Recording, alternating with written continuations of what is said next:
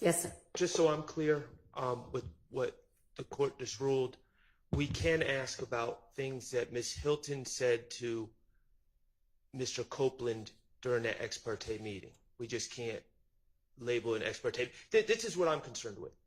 There's a lot of confusion and I think misunderstanding of this immunity. I understand the order that was granting him use and derivative use immunity. However, Ms. Hilton articulated to Mr. Copeland in chambers much more than that.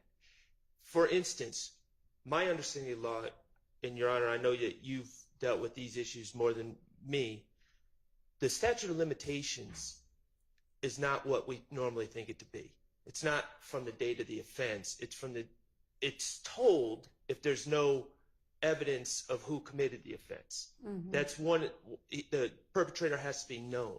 So Ms. Hilton said, for instance, we'll use the barbershop shooting. Ms. Hilton said, oh, all this stuff is older than 4 years, so you can never be prosecuted.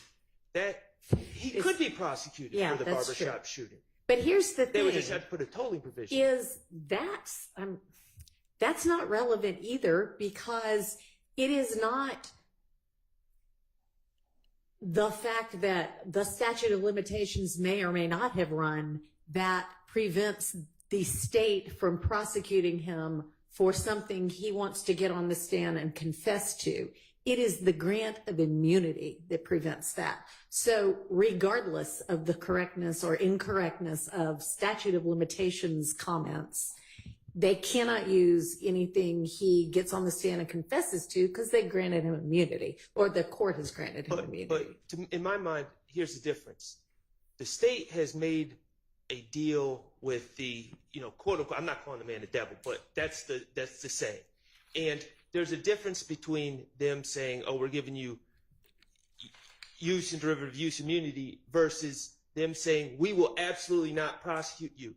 They have basically, I don't know if they checked with Rich Homie Kwan's father, but they've basically given this man carte blanche to never be prosecuted for anything he says. And if I was representing Kenneth Copeland later on and they indicted him for something like this, I would say, y'all must be crazy. Y'all got in the back room and told this man, you guys are never prosecuting him. So they've done more than giving him use immunity. They've given him blanket immunity for everything. And that, to me, is fertile ground for impeachment and cross-examination. And I think the jury needs to know they want Jeffrey Williams, they want Shannon Stillwell, they want these people so bad that they gave Mr. Copeland just full reign to run around Atlanta, do all these things, and as long as you get up on the stand, we're never going to prosecute you. And I think that's relevant.